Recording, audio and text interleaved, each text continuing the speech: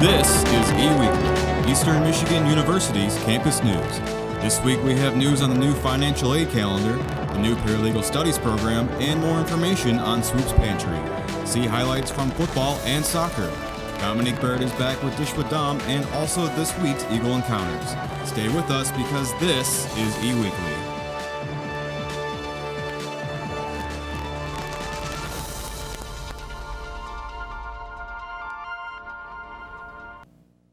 Welcome back to one of the best diversions from the presidential campaigns. Election day is only a month away, and with things really heating up between Clinton and Trump, it's nice to reel it in and talk about what's going on here on campus.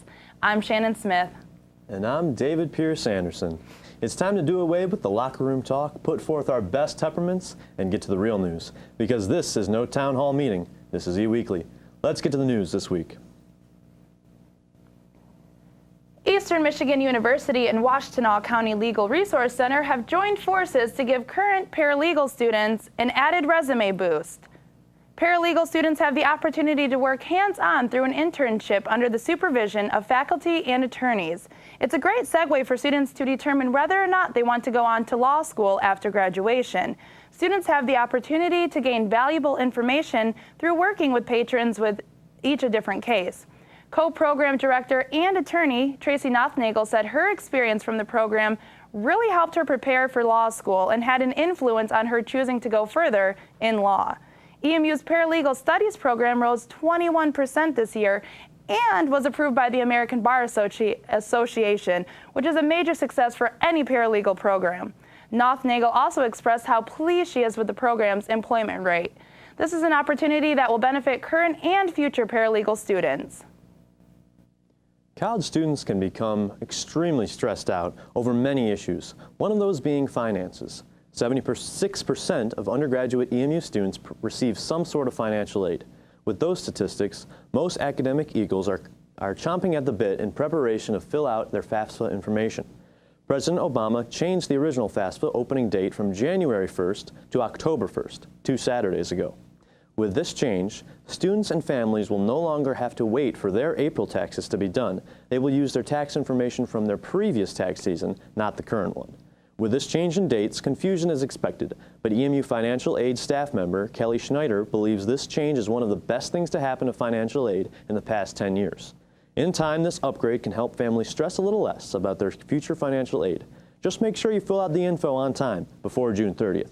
Anyone seeking help can contact EMU Financial Aid at financial_aid@emich.edu. Every penny counts.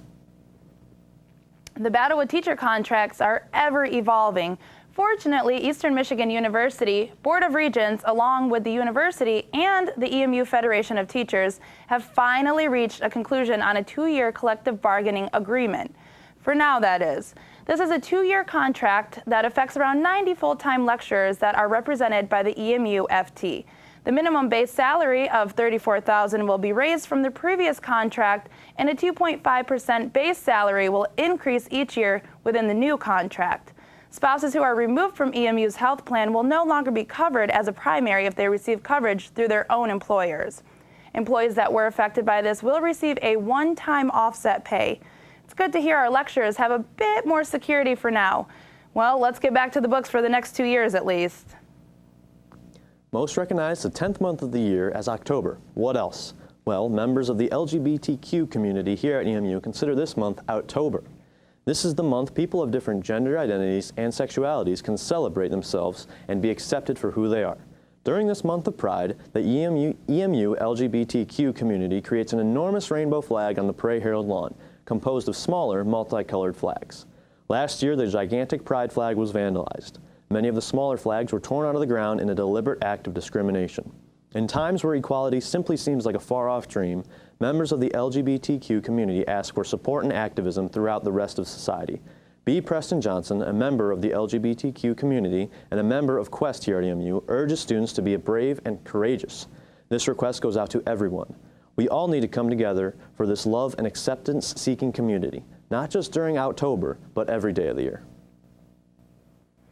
We're going to take a quick break. When we return, we've got more news, sports, and Dom will be back with her Dish and Eagle Encounters. There's plenty more left, so stay tuned.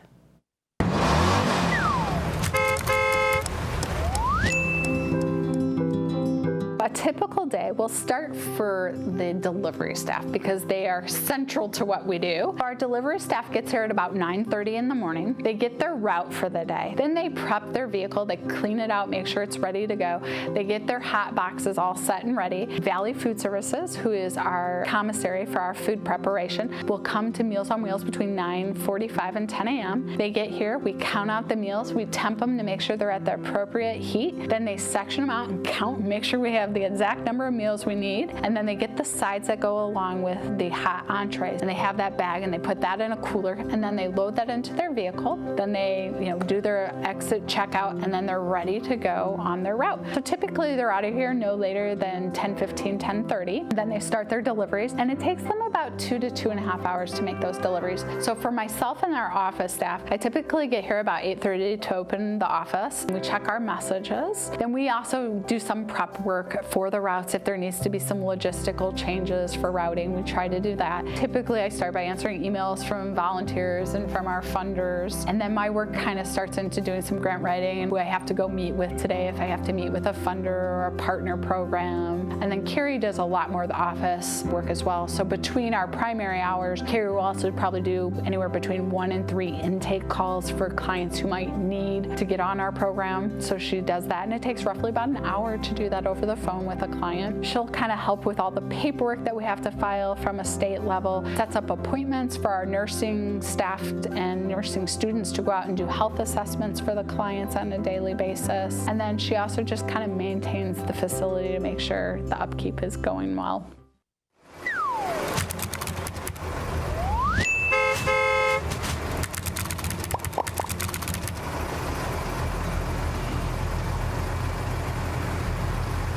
Hey Ben, I saw that you had an eventful weekend.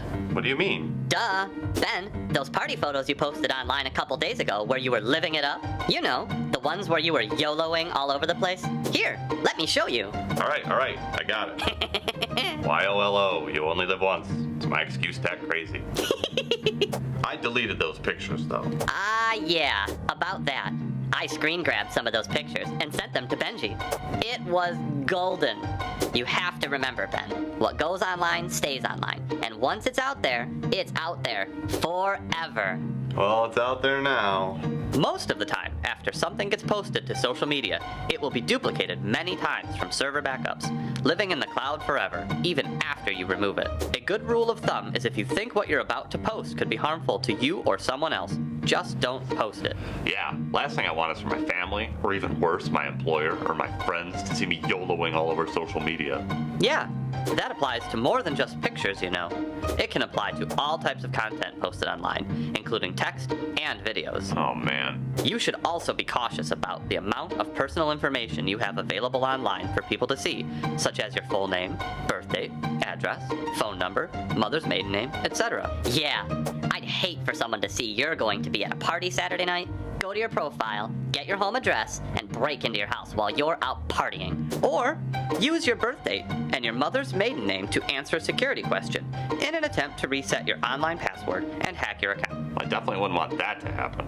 Me neither. But being selective about the information you have accessible for people to see is very important. Check your privacy settings on your social media sites to make sure they only have information you want people to see. Yeah, I like to copy my profile URL, log out of the website, and paste it back into my web browser. Then I look over my profile to get an idea of what information of mine is open to the public. That is a great idea. It sure is. So what else are you going to do, Ben? I'm gonna stop and consider any consequences before I post any type of content to my social media websites.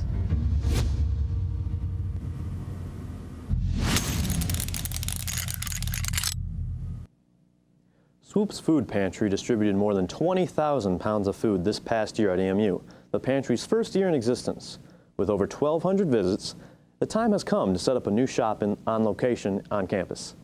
The new location in Pierce Hall will offer an expanded, upgraded area from the old location in the Marshall Building. The larger space offers an accessible area for students to take advantage of the pantry's stores. The mission of Swoop's Food Pantry is to provide current EMU students in need with food assistance and additional resources to positively impact our students' well-being and college success. The pantry aims to create a space that can temporarily help meet students' food needs on campus. They offer perishable and shelf-stable foods, as well as personal hygiene, kitchen items, and more. Swoop's Food Pantry is a great on-campus resource, and don't worry, Swoop doesn't chew it up for you like real Eagles do.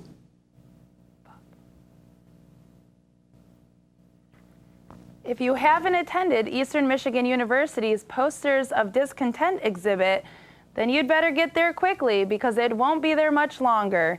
The event is hosted by Eastern's very own School of Art and Design, so come on, we all know where the Student Center is, so you have no excuse to skip out on the show. There's more than 70 pieces of art created by 43 different artists.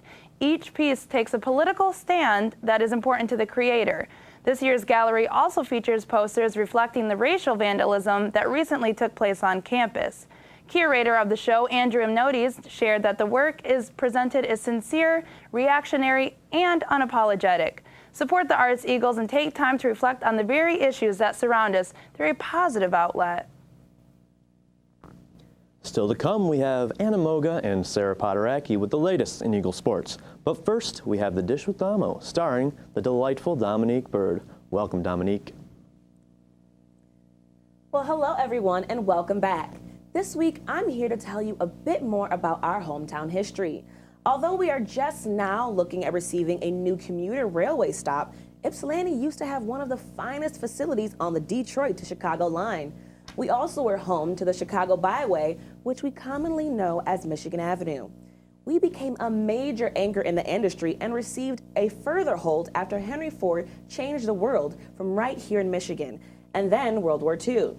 Ford Lake was created to supply hydroelectric power to the plants, as well as the Willow One bomber plant and its 100,000 workers, including the iconic Rosie the Riveter, widely known on campaign posters.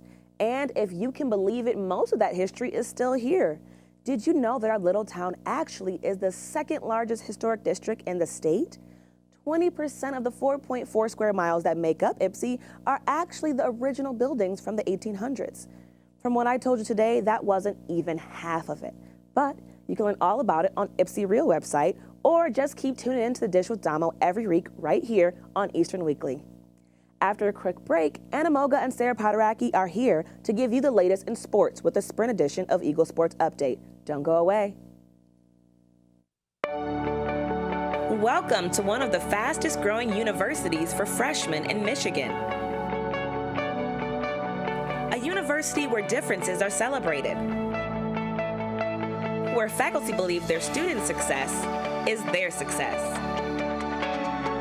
Where our honors college has doubled in size, and where we are nationally recognized for educating and improving our community.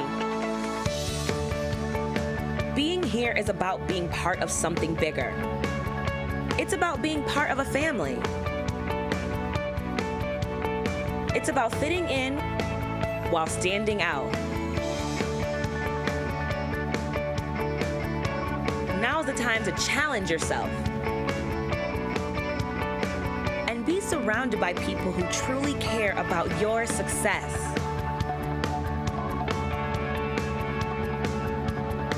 So whether you become an artist who inspires others, a creator who develops something new, or an innovator who changes the way people think, this is your opportunity. Fuel your curiosity through research. Hit the stage and enrich the lives of others.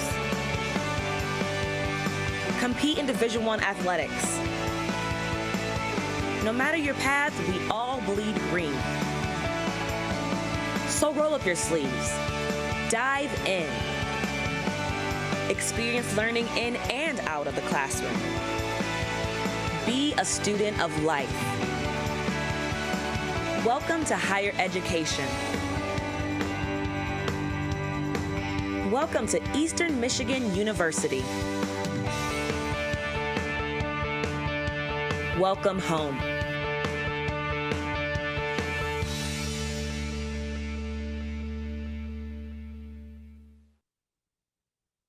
In this day and age of compromised accounts and data breaches, having a strong password is not enough to keep you and your personal information safe. Someone who steals your password could gain access to all your data with nothing to stop them. The Eagle Security Package offers Duo, a tool that provides an additional layer of security to your online accounts through two-factor authentication. This means Duo not only uses something you know, your password, but also something you have access to, such as your mobile device. Duo's two-factor authentication gives you the power to keep your data safe, even if your password is lost. Once Duo is set up, you can access protected sites with your login credentials like you normally would. But it will now be preceded by a message sent to your mobile device prompting you to accept or deny the login. If it's you who logged in, hit the green button to accept it. But if it's not you, hit the red button to deny it. By doing so, this extra step will take a forefront stance at protecting your online accounts from being compromised or breached, and you'll know right away if an attempt was made. For more information about Duo, please visit tiny.emich.edu/Duo.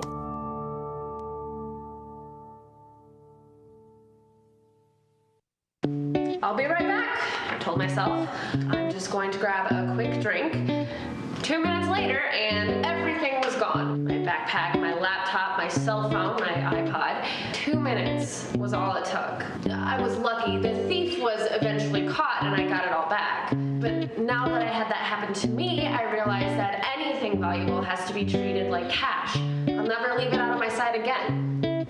My name is Heather, and I'm trying to be safe.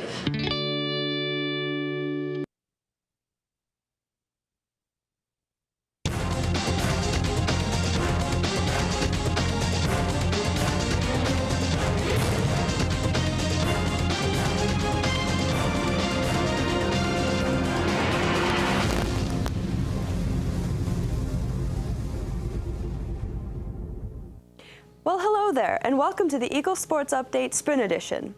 I'm Sarah Poderacki. And I'm Anna Moga, and here's the latest in Eagle Sports news. We're going to jump right in with our Titans of the Turf. Coming off of 3 wins in a row, the Eastern Michigan football team played in front of a stupendous homecoming crowd of 21,412 people. This makes the 10th largest crowd since Rynearson Stadium opened in 1969. The Eagles could not continue their winning festivities as they fell to the Toledo Rockets 35-20.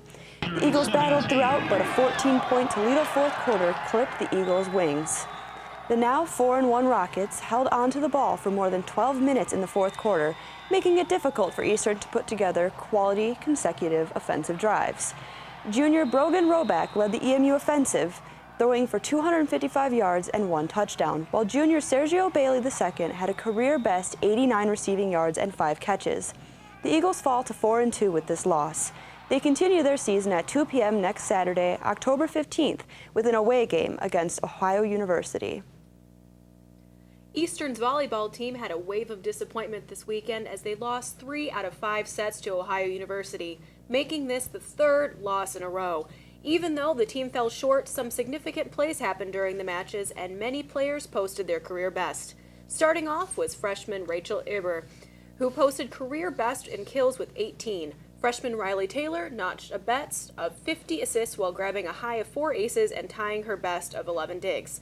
Senior Devin Murray added 13 kills, while sophomore Jordan Smith and junior Kelly Ferguson added 11 and 10 respectively. Eastern held on tight as they fought to pull ahead against Ohio during the first and second sets, but lost momentum for the last 2, giving Ohio the winning edge. Eastern heads home this Friday to play against Bowling Green University. Good luck, Eagles. We're changing it up this week, reporting on Eastern Michigan's women's rowing team. I personally do not know much about this sport, but it really does seem interesting. This weekend, the team headed up to Ypsilanti to compete in the Head of the Grand, hosted by Michigan State. They raced 9 boats throughout the day, taking first in 2 of the 4 races they competed in. It was an especially good day for the novice team, placing 1st and 3rd in the Novice 8 race and 1st and 2nd in the Novice 4 race.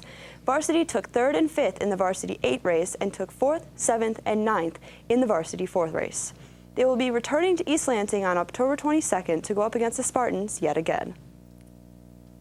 The Lady Eagles are on a roll. After a victory Thursday night at Bowling Green University, Eastern Michigan University women's soccer team took down University of Toledo 2-1 at home Sunday, October 9th, finally gaining the momentum we have been waiting for all season. The green and white held their own against Toledo's shots during the first half, finally gaining a 1-0 lead. The Eagles continued to fend off attacks from the Rockets during the second half of the game until it was tied in the 75th minute and eventually pushing the game into overtime.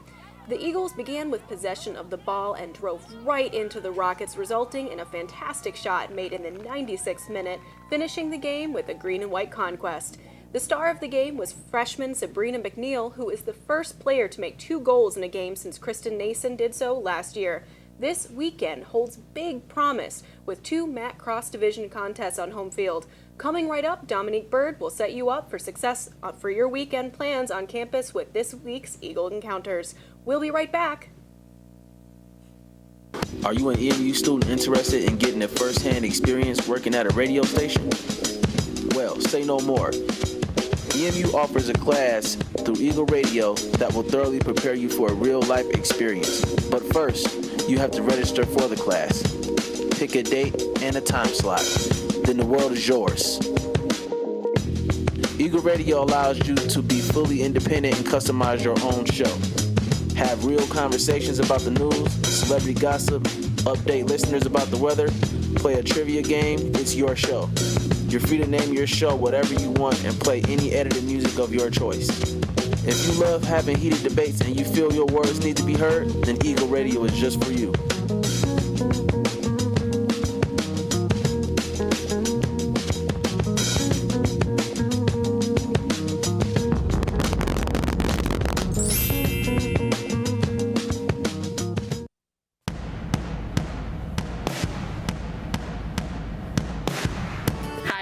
My name is Shanna Gilkison, and ETV has been a very important part of my life, especially for the last 4 years. I got my start at ETV in my 3rd semester at Eastern from fellow students, and it's been a great experience. Working with all these new people that I didn't know before, it's very awesome just seeing how willing people are to get together and create something from scratch.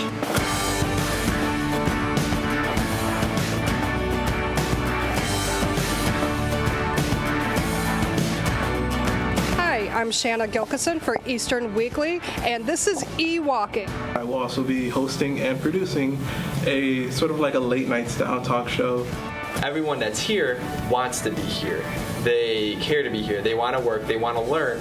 And with that kind of environment, everybody benefits. I tell you, I've been doing really well, very successful here at Eastern, but it wasn't until I really became part of the ETV club that I really felt like I was getting more of what I needed as a student. We decided that we wanted to do things above and beyond our coursework. So I was part of founding the ETV Student Org.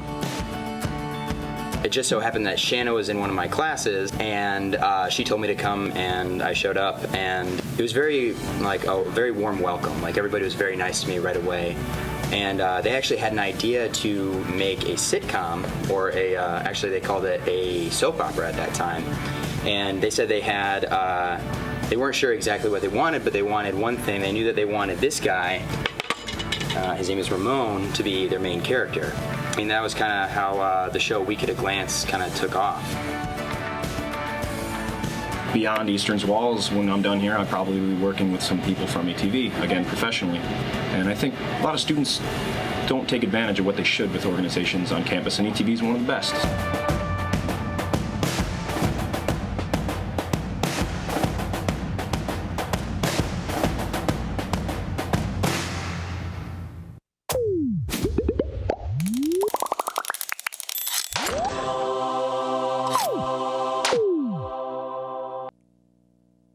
It's time again to talk about what you can do on or around campus this weekend. I hope you packed your parka because you'll need it for the rest of the semester. October has not only arrived, but it's already biting. Well, first off, on Friday, head over to the Secluna Field to support our soccer Eagles as they hit the pitch against the University of Ohio Bobcats. Game start time is 4 p.m. Then at 7 p.m. at the Convocation Center, the women's volleyball team goes for the kill against the Bowling Green Falcons. Every student that comes to cheer on our Soaring Eagles makes a huge difference to the tone of the game, so head on over and cheer them on. There's something weird in the neighborhood. Who are you gonna call? The Friday night movie is back. This week, Ghostbusters with its kick-ass female cast is screening both at 8:30 and 10 p.m. All of these events are free for EMU students. On Saturday, stick to Central Campus because it's Family Day at the Mark Jefferson Complex, specifically the EMU Planetarium. From 4 to 5 p.m., slip on in and see the stars with a seasonal stargazing show. It's a treat to get in there for free, so make the trip. It's not far. The volleyball team plays again at home on Saturday at 5 p.m. at the Convocation Center, this time taking on Miami University. Our Eagles need us this weekend, so show up and let them hear you. Afterwards, we're still celebrating the stars as Family Weekend continues with more spectacular views of campus and astronomical objects through telescopes at EMU Scherzer Observatory. Weather permitting, just head up to the roof and see the sights. Before I finish Eagle Encounters, I just want to slip in another quick reminder that the Eagles soccer team plays again at Cicluna Field on Sunday. Kickoff is at 1 p.m. And as usual, the more Eagle fans, the better. That's right. All of our Eagle teams work very hard and put in a lot of effort. Going to games and meets is the least we can do to help support the team. And on that note, us here at E-Weekly are having a bye week next week. It takes a village of ETV folks to get each and every show off the ground. We're taking a break. But don't worry, we'll be back the last week of October for one of our very favorite episodes, our Halloween edition. You never know what you're going to see. We thank you so much for joining us here at E-Weekly and appreciate you continuing to tune in. And of course, if you want to see this show on demand, head over to YouTube and search ETV at EMU. I'm David Pierce Anderson. And I'm Shannon Smith. Have a great week.